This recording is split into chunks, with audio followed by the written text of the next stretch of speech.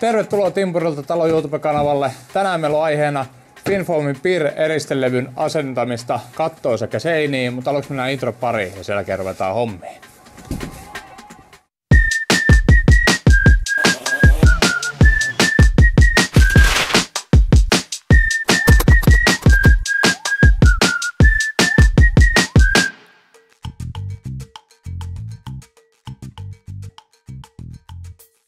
Eli ensimmäiseksi tehdään näitä välikapuloita valmiiksi, että mä nyt porasin näihin pienet reijät, että ne ei halkee.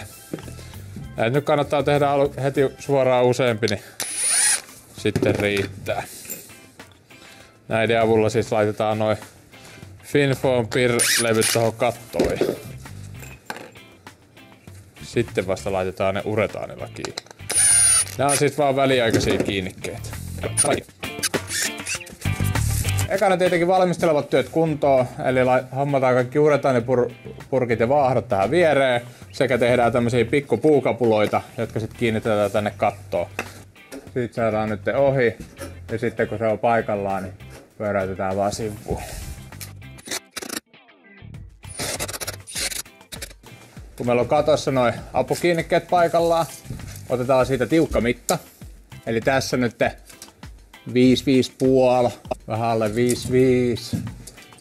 No nyt ollaan vähän yli, mutta 5,5 on käytännössä pienin tiukka mitta siitä. Ja me halutaan vähintään minimissään sentti per puoli vaahdotusvaraa, koska tää 15 sentin levy on aika iso vaahdottaa, että saadaan toi pistolikärki sinne. Eli vähintään pitää ottaa se sentti per puoli. Mieluiten 1,5, se on vähän kuin ikkunoiden asentamisessa. Se on helpompi laittaa vähän isompaa saumaa sitä vaahtoa. Eli toi oli 5,5, eli silloin 5,3 olisi tiukka, mutta otetaan siitä hiukan pienempi. Otetaan tommonen 5,2 suurin piirtein. Nyt meillä on siinä leikkausliiva. Ja tosissaan tän voi leikata joko puukkosahalla, moottorisahalla, käsisahalla. Tietenkin mulla kun on moottorisaha tossa käytössä, niin mä vedän sillä. Se on mulle vähän tutumpi kuin toi puukkosahani. Ei muuta kuin mopo käyntiin ja leikkaamaan.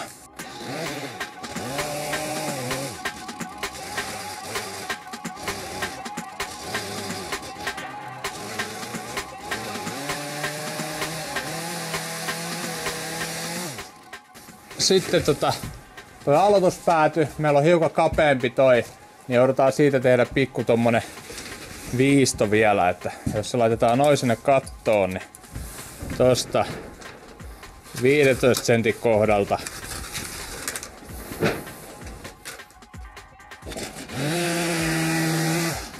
koska meillä ei tossa nurkassa ole ihan tarpeeksi tilaa, että sinne menisi 15 eristä.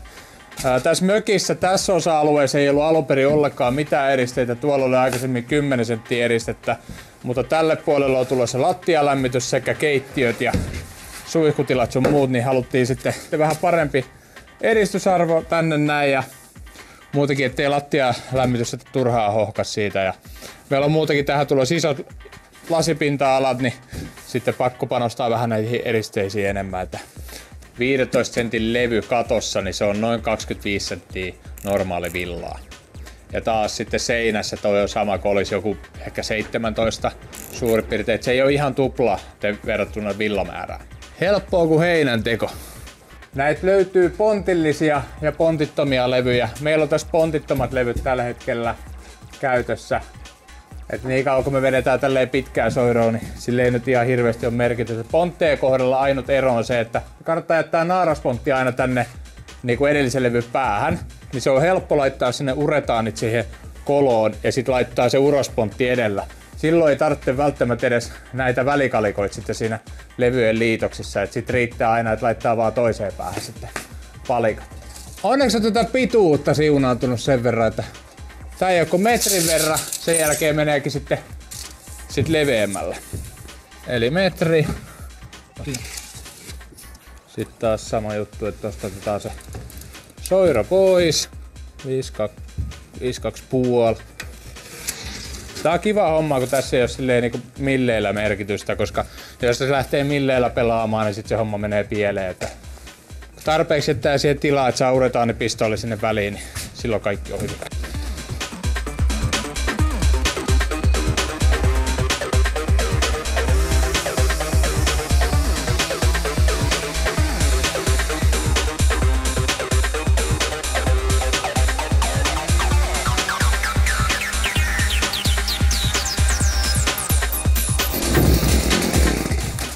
Oli kiva leikata moottorisahalla, kun leikkaa semmoista sulaa voita.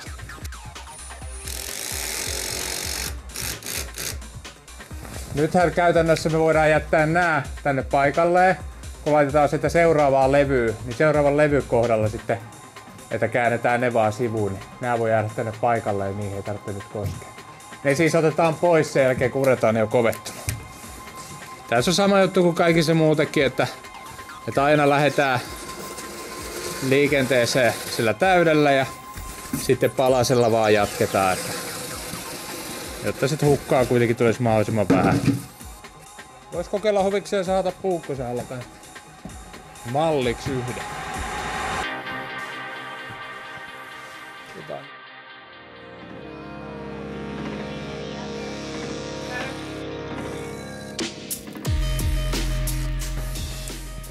Tähän myös onnistuu, että jos teillä on tulossa esimerkiksi vaakalaudotus, niin pystytte vetämään vaikka pitkät laudat sinne, mutta sitten lautojen kohdalla tosissaan sinne uretaanin väliin laittaminen, niin pitäisi olla erityisen huolellinen.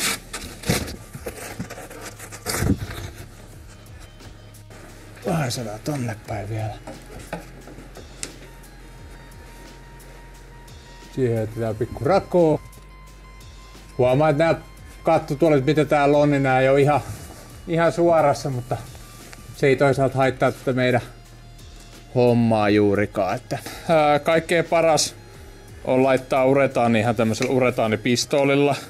Merkillä mallille ei ole nyt niin väliä. Muutenkin noi kertakäyttö uretaanipullot pitäisi kieltää sieltä kaupasta, kun ne aiheuttaa vaan enemmän sotkua. Lisäksi ei ole mun mielestä hyvä juttu, että kun ne purkit lähtee saman tien kovettumaan, että tämmönen purkki, jos sulla on, niin vaikka se otas kiinni ja säilytät oikein pystyssä, niin se puolen vuoden päästäkin vielä sieltä tulee jotain ja se ei ole pilalla se koko pyssy. Mutta muistakaa näiden pistooleja kanssa, mikäli ottaa pullo pois, välittömästi pitää olla uusi. Et pitää vaikka sitä tyhjää sitten siinä paikallaan siihen asti. Ja kunnon vatkaus ja sitten vaahtoa.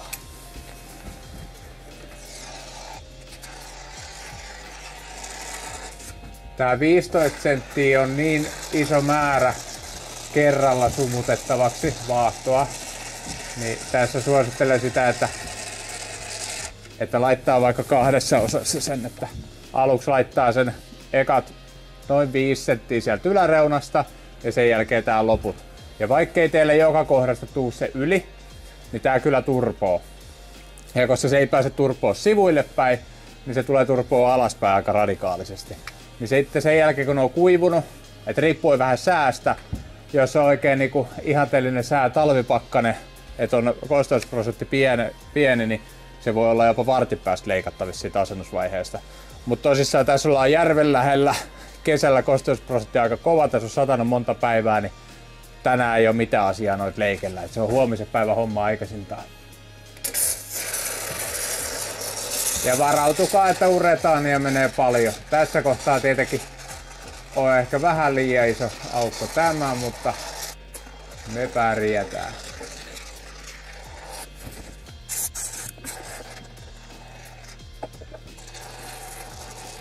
Jos olette ikkunoita joskus asennellut, niin tää on siihen nähden niinku ihan yhtä helppoa hommaa.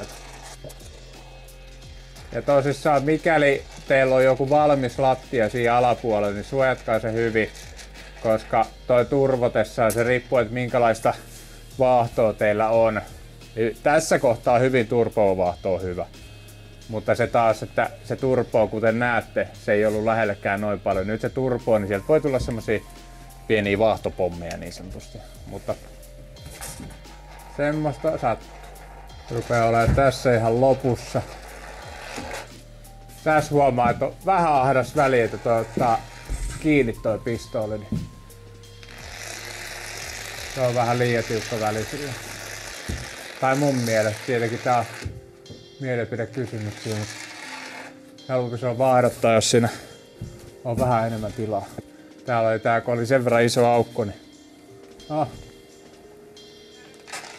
annetaan kuivua ja sitten kohta laitetaan lisää.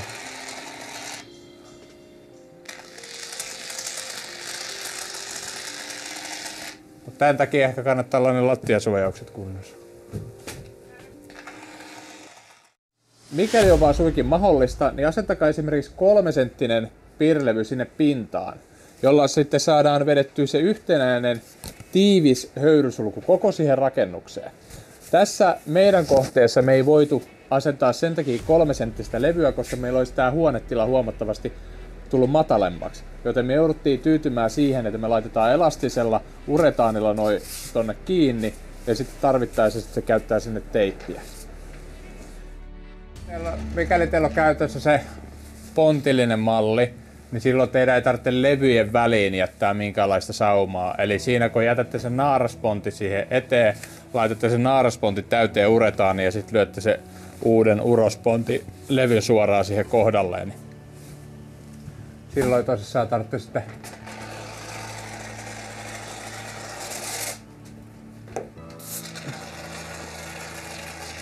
laitetaan näin.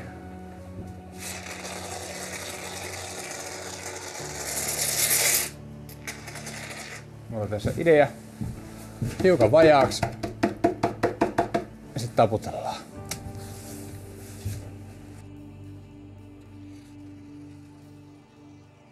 On muuten helppoa vetää vaikka kerralla täyteen tällä, jos on täyspullo.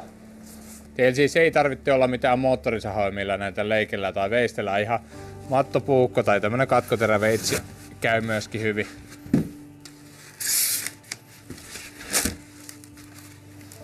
Ei tarvitse vetää toiselta puolelta, niin sit se on halkeakin. Dodi ja uretaanilhan vedetään kuitenkin noin aina päädyt. Nyt on kuitenkin toiseen päätyyn pitää tehdä pikku viiste.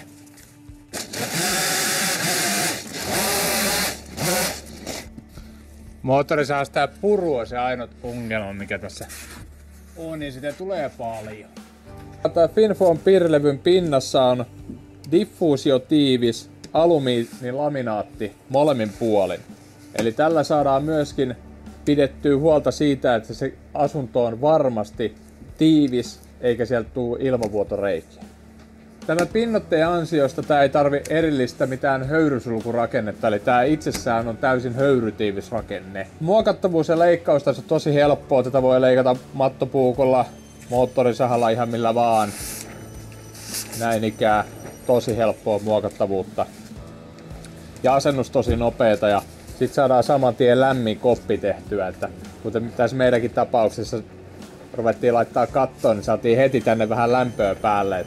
Se oli aika mukavaa, kun pihalla rupeaa olemaan jo pikkuhiljaa mennä jopa pakkasen puolelle, niin että saadaan tänne sisällä se plus 10-15 astetta, niin se on mukavampi tehdä töitä. Tässä eristeen yksi parhaimmista puolista on se, että tää on itsestään sammuva. Eli tää kyllä hiiltyy, mutta tää ei esimerkiksi syty palamaan. No niin, nyt mä oon merkannut tänne leveyksiin. Nämä leveydet on sitä, että kuinka leveäksi mun pitää leikata toi Finfoami. Mä nyt oon ensimmäiset tossa leikkasin jo tänne. Kuten huomaatte, siitä ei ole vielä tuota yläpuolen lovea, mutta sen kerkee tässä vielä tehdä. Mutta tossa kun totesin, että onko se nyt hyvä kokonen ja nosti pystyy sille, että ei vitsi, ihan kun tää olisi suunnitellut meitä varten tää levy pituus. Tänne ei tarvitse hirveästi laittaa uretaania, niin se on vala siinä. Mutta sitä ei vielä laiteta paikalle, tonne pitää vielä laittaa pikku nappulat ulkopuolelle. Mutta lähinnä se, että mä nyt leikkaan nää kaikki leveyssuuntaisesti valmiiksi tähän, jonka jälkeen sitten mä rupean askartelemaan noita yläpäitä kaikkia. Mutta ennen kuin ne kiinnitetään tonne seinään, niin sinne pitää laittaa myös pikkupalikat, koska ihan tuulensuojalevyä kiinni sitä ei saa jättää.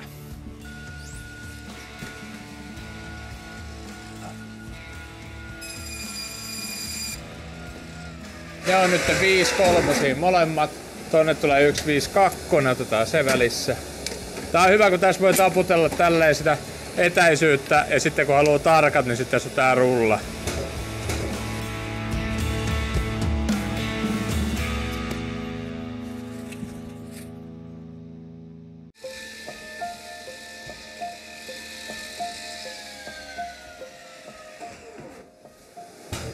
Tätä sitten ei kannata tehdä missään nimessä uudella hyvällä terällä, koska se sama kuin Styroxissa ja Finfoamissa, niin se tietyllä tavalla palaa tuohon kiinni. Sitten sillä esimerkiksi normaali puuhalkaiseminen on paljon hankalempaa. Tonne tuli 13 senttinen, niin Saadaan se tästä lukko kiinni menoksi.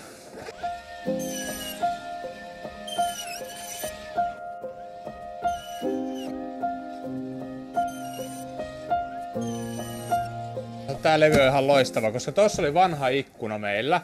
Niin nyt meidän ei tarvitse tässä vaiheessa vielä käydä tuulensuojalevyä vaihtamassa. Se tehdään sitten myöhemmin keväällä, kun tänne vaihtuu koko julkisivu. Mutta tää Finfoami hoitaa saman se tuulensuojalevyn vira. Eli käytännössä me teipataan tuolta, ettei se nyt vesi vaan pääse tänne sisälle, niin sen jälkeen se on virallinen tuulensuoja ihan levy. Ei tarvitse miettiä sitä sen enempää. Tää on hiukan helpompaa leikata tätä 10 senttistä levyä, koska tästä pääsee niin helposti läpi, että toi 15 sentin levy, niin se on heti, että toi esimerkiksi meidän tää sirkkeli ei mene, vaikka leikkaa kahdelta puolelta, niin ei mene läpi. Ja lisäksi näissä on se hyvä puoli näissä seinätekemisissä, että täällä on tolpat suorassa. Ja täällä on vaan niinku yhdet tolpat menee. Tuossa katossa, kun siellä on vanha kattotuoli, uutta kattotuolia, jatkoksi, lisäpuita ja kaikki menee vinoon. Aina ja sit vielä vinojäykisteitä ja kaikkea, niin toi katto oli semmoista askartelua, että okset pois. Mutta tässä seinän kohdalla sit näkeekin se todellisen hyödy niin kuin nopeuden puolesta. Siinä on höyrysulku eriste, voilà. Höyrysulku, eriste, tuulensuojalevy, kaikki samassa paketissa. Eli tähän nyt ei tarvitsisi muuta sitten vetää kuin levypintaa. Mutta tänne tulee paneeli, niin tulee vähän erilainen rakenne, mutta kuitenkin lähtökohtaisesti se yhdellä levyllä onnistuu ne kaikki työvaiheet, niin se on ihan kiva tommonen yksityiskohta. Eli 166,5, siihen piste. Nyt mä otan taas mitalla kärki siihen ja sit vaan vedetään se läpi.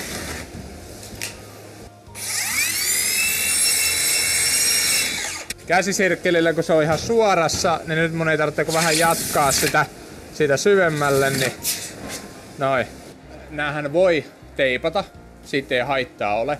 Ja mikäli käytetään sitten semmoista joustavaa uretaanivahtoa, joka sitten mahdollisesti myöskin joustaa hiukan rakenteiden elämisen takia, niin silloin ei ole ihan pakko teipata niitä.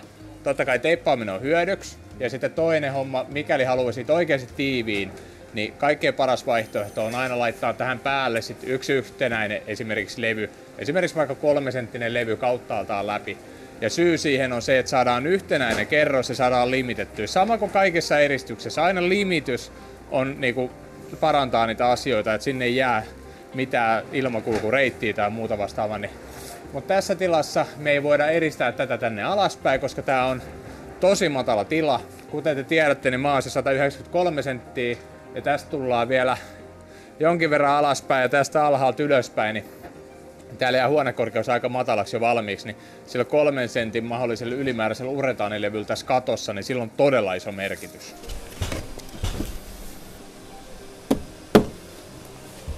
Puretaan nyt perään. Paras teippi näiden saumojen teippaukseen on ihan normaali höyrysulkuteippi. Että normaali esimerkiksi polioteippi, niin siitä ei ole mitään hyötyä, koska tämä uretaanivaahto on jo ilmatiivis. Ja se, että mikäli se esimerkiksi rakenne tai puut elää hiukan, niin silloin se alumiiniteippikin repeytyy. Niin silloin se hyöty on 0. Eli silloin normaali höyrysulkuteippi, se on tosi sitkeätä ja kestävää, että mikäli rakenteet elää, niin se pysyy siellä paikallaan. Eli mikäli niitä teipataan, niin höyrysulkuteipillä. Mutta lähtökohtaisesti, kun laitatte uretaaniin, niin laittakaa semmoista uretaania, joka joustaa hiukan, niin sit se jo ajaa sen asiansa. Meidän on jätettävä vähintäänkin pieni rako tämän Finfoamin ja tuulensuojalevyn väliin, että mikäli tänne joskus jostain tulee seinän läpi kosteutta, niin se pääsee sieltä kuivuamaan. Ja lisäksi myöskin se, että kun vedetään, vahdotetaan nämä uretaanit, niin siinä syntyy kosteutta myöskin, niin se pääsee sitten kosteus joskus sieltä poistumaan. Sitten sama juttu tälle puolelle, että mikäli tälle puolelle tulee paneeli tai kipsi, niin kipsi voi vetää suoraan tähän kiinni, ei ongelmia. Mutta nyt kun me vedetään tähän tulppalevy, niin tulppalevy on myös samalla tavalla tiivis kerros, josta ei mene mitään läpi. Jotta täällä edes uretaanit joskus kuivuu, niin käytännössä meidän pitää jättää muutama millin rako siihen. Mutta käytännössä me laitetaan tänne seinään nyt koolaus ja siihen päälle sitten niin tätä ongelmaa ei pääse syntymään meillä. Että jää molemmille puolille pieni tila, niin ilma pääsee kulkemaan siitä eikä sitten synny mitään riskirakenteita. Mitäs me laitetaan tonne taakse?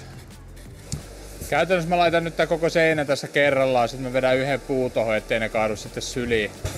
Mutta nyt kun tohon kohtaa laittaa puun, niin siellä on aina vasten, niin nää ei mene sitten liian syvälle vahingossakaan.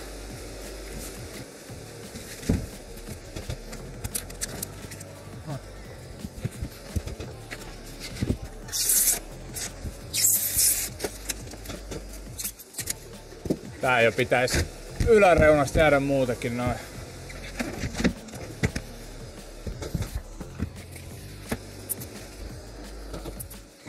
Tästä ei ole vielä lovettu tuota yläpäätä, niin se pitää myös tehdä. Koska toi yläpuu tuolla tasan 4 senttiä ja mä otan 3 sentin loven tähän, niin silloin se ei automaattisesti sentin irti tää reuna täältä. Ja nää tuulensuojalevypalaset, mitä mä käytän, niin ne on kans sentti. Tää on oikeesti hyvä käyttää siellä, että se pääsee sit mahdollisesti, mikäli sinne kosteut pääsee seinärakenteen sisään, niin se pääsee sitten oikeesti kuivumaan sieltä. Ja me jätetään sentti sinne rakoon näin. Noin ikään.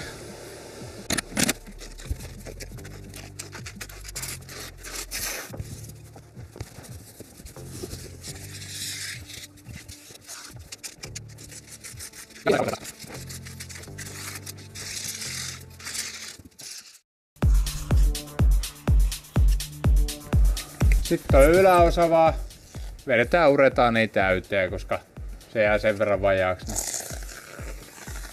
Noin. Sitten vaan leikataan ylimääräistä pois. Tää rako mikä tossa on, niin se vaan pursutetaan täyteen uretaaniin. Valitettavasti mulla on uretaanit sen verran vähissä, niin mä en pursuta sitä vielä, että mä haluan saada nämä kaikki levyt paikalle. Että tän jälkeen 3 pulloa, niin se ei kyllä riitä näihin kaikkiin, niin mä ainoastaan laitan niinku kaikki heppiin levyt tänne ja sitten sen jälkeen vetää uretaanilla täyteen. Näiden levyjen hyvä puoli on se, että koska tässä on tää foliopinta molemmin puolin, niin se myös heijastaa sitä lämpöä tai kylmyyttä poispäin. Eli esimerkiksi te tiedätte se efekti, kun saunassa on lämmin, niin se hohkaa sitä lämpöä sinne sisäänpäin takaisin, eikä niin paljon sinne ulospäin. Ei tarvitse nyt laittaa foliohattuja päähän, tai ihan silkkaa faktaa. Mikäli ulkopuolella on todella kuuma, niin se kuuma lämpö ei niin paljon heijastu sinne teidän sisälle, ja taas päinvastoin, mikäli ulkona on kylmä ja teillä on sisällä lämmin, niin se lämpö pysyy paremmin täällä sisällä. Myös kesällä, kun ulkopuolella saattaa olla todella kuuma, ja kuten tähänkin kohteeseen on tulossa ilmalämpöpumppua, niin jotta se sitten oikeasti pysyy se viileys täällä sisällä paremmin, ja se lämmin ilma tuolla ulkona, niin täällä pystyy sitten paremmin kesällä oleskelemaan. Etenkin näissä mökkiolosuhteissa on tärkeää muistaa, että kun tällä FinFoami PIR-eristeellä eristetään, niin se ei ole paloeriste kuitenkaan. Eli paloeristeeksi pitää laittaa sitten ihan normaali paloeristevilla. Meillä on tässä isoveri palovillaa, 5 senttiä vahvaa. Ja suojaetäisyys, mitä pitää tälle FinFoamille jättää, on 10 senttiä. Te voitte laittaa enemmän, vaikka 15 senttiä sinne sitä palovillaa, sillä ei ole mitään merkitystä, mutta vähintään pitää jättää 10 senttiä. Tää kyllä kestää esimerkiksi saunalämpötiloissa on muita vastaavia, mutta siinä vaiheessa kun toi takan esimerkiksi muuri tai toi vastainen seinä saattaa lämmitä tosi kuumaksi, niin siinä vaiheessa suosiolla laitetaan palovillaa sit sinne. Sitten tänne väliin yritetään myös survoa sitä, että siinä me nyt käytännössä ei mitenkään saada sitä 15 sentin eristevahvuutta sinne, mutta kunhan saadaan sinne jotain, ettei sieltä lämpö karkaa. Ja muut, siellä on puupalkkia, sun muuta tulee vastaan. Niin. Mutta ei jätetä sinne kylmiä kohtia. Mutta tärkeintä näissä paloeristeissä on se, että tehkää valmistajaohjeiden mukaan. Mikäli valmistaja sanoo, että on 10 senttiä, niin kattokaa, että siellä on vähintään se 10 senttiä, koska sit jos joskus jotain tapahtuu, niin ei ole kiva keskustella niistä asioista vakuutusyhtiöiden kanssa. Nyt siitä pitää saada tommonen 15, että se tulee niinku nollaan asti.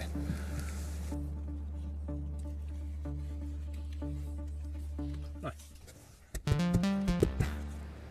Koska villan läpi menee vesihöyry, vesi ja kaikki muu vastaava, niin siksi se pitää estää, ettei siitä vesihöyry pääse läpitte.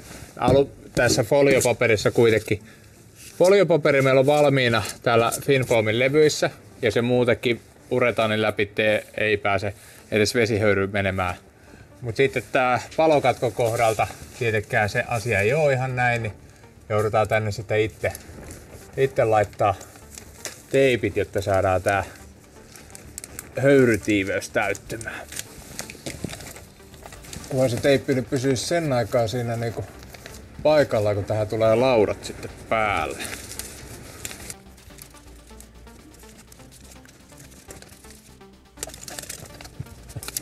Sitten tähän muutama teipit palanen, koska mä teen nyt sen uretaanipommi nimiset temput. Meillä on vain yksi probleema, meillä on uretaanin loppu.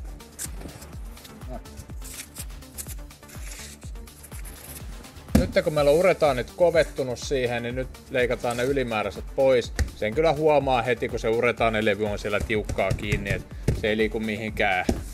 Tähän voisi vaikka ottaa nyrkkeilymatsi. Tosissaan seinässä meillä on nyt tässä 10 senttinen ja nyt meillä oli 10 senttinen runko. Mehän jätettiin sinne sentin rakoon ja nyt ne on sentin tästä irti. Nyt kun me koolataan tää seinä sitten laudalla, lautasoirot tohon, niin me saadaan sitten siihen se tarvittava ilmaraku. Mutta se selvii sitten seuraavissa videoissa, minkä takia meillä tarvitsee olla ilmaraku tässä. Katon leikkaaminen tietenkin tämmöiselle pitkäjalkaisella on vähän helpompaa, kun täällä on huonekorkeus sen verran matala, että mä pystyn seisomaan täällä ilman. Muistatteko meidän kiukaa? Kiukaa paikka oli aika tarkalleen tässä mun käden kohdalla. Eli tästä meni suoraan piippu tonne katolle. Mä poistin sen koko piipun nostamalla sen katon kautta ylös, heittämällä se tonne pihalle. Ja sit mä asensin sinne valmiiksi putkarille ton läpivientikauluksen ja tiivistin sen Elaproof massalla. Sillä Elaproof massalla mä sain varmistettua sen, että tuohon palahuopakatto, joka siellä oli, niin sain sen varmasti tiiviiksi sinne liimattua sekä alapuolelta että päällipuolelta. Myöskin mä käytin semmoista kangasmateriaalia siihen pohjalla, joka on jokaiseen suuntaan joustavaa, jolla mä sain sen alkuperäisen aukon laitettua umpeen. Tärkein siinä katon tiivistyksessä oli se, että mun piti aluksi täyttää se vanha savupiipun reikä, tehdä sinne uusi levy, laittaa siihen massat ympärille sekä tehdä kankaasta myöskin semmonen elastinen pinta. Mä käytin semmoista kierrätyskangasta tai Elaproofilta sai niinku mukaan, joka sitten jokaiseen suuntaan joustaa mahdollisesti elämisen mukaan. Eli sillä mä sain tehtyä sitä yhtenäisen tiiviin kattopinnan, jonka jälkeen mä tein siihen oikeakokoisen reijän ja mä sain ton läpivientikauluksen meidän huippuimurille sinne paikalleen, jotta sitten meidän IV-mies sitten pääsi asentamaan meille se huippuimuri sinne ylös. Se on tässä mun käden kohdalla ja sitten se asenti sieltä putkeen alaspäin ja teki siitä T-haaralla meille keittiöön poiston ja sitten tonne kylppäriin poiston. Tilat, missä täällä tarvitsee ilmanvaihtoa, nimenomaan tehostettua semmoista, on keittiö ja vessa. Suihkusta tullutta höyryä sekä vessasta tulevaa tuoksua me tietenkin halutaan poistaa se mahdollisimman nopeasti täältä sisäilmasta, jotta se ei mahdollisesti pääse esimerkiksi rakenteisiin tai muuten se epämiellyttävä tuoksu sitten täällä ympäriinsä. Sama juttu se, että kun tähän tulee kokkauspiste, eli kun tässä kokataan ruokaa, niin sitten mikäli esimerkiksi semmoista kunnon steikkiä täällä paistellaan, niin sitten se oikeasti menee sitten se hajut ulos täältä. Ja myöskin sillä saadaan varmistettua se, että täällä myöskin kesäsi on ilmanvaihto hyvä sillä tehostamalla ja sitten meillä on normaalisti tää kaikki muut rakenteet on rakennettu siten, että tänne tulee tuloilman räppänöitä ympäriinsä, jolla me sitten saadaan se raitisilma sisään ja tää huippuimurilla saadaan sitten vaan tehostettua sitä, mikäli se ilmanvaihto ei ole tarpeeksi hyvä. Eli täällä tulee pysymäänkin painovoimainen ilmanvaihto, mutta meillä on sitten tarvittaessa käytössä myöskin tehostettu poistoilmapumppu. Siinä on ja pysyy. Ja aina leikataan niin kuin tästä katokitapauksessa se sentin verran paksummaksi, että minimissään 5 milliä per puoli, mutta jos teillä on taas 1,5 senttiä per puoli, niin sit se ei edes pysy siellä paikallaan, vaan se jää tälleen puverangiksi. Se tippuu saman tien alas. No niin, ehkä tää on hyvä lopettaa, kun mä sotken kätenekin täällä tähän uretaanivahtoon. Nyt on asennettu Finfoamin piirilevyt seinään sekä kattoa. Meillä on ikkunauko tummessa, väliaikainen ovi asennettu, lämmöt päällä. Täällä rupeaa pikkuhiljaa tarkeneen muutakin kuin isolla vaatetuksella. Me nähdään taas ensi viikon perjantaina ei muuta kuin hyvät viikonloput.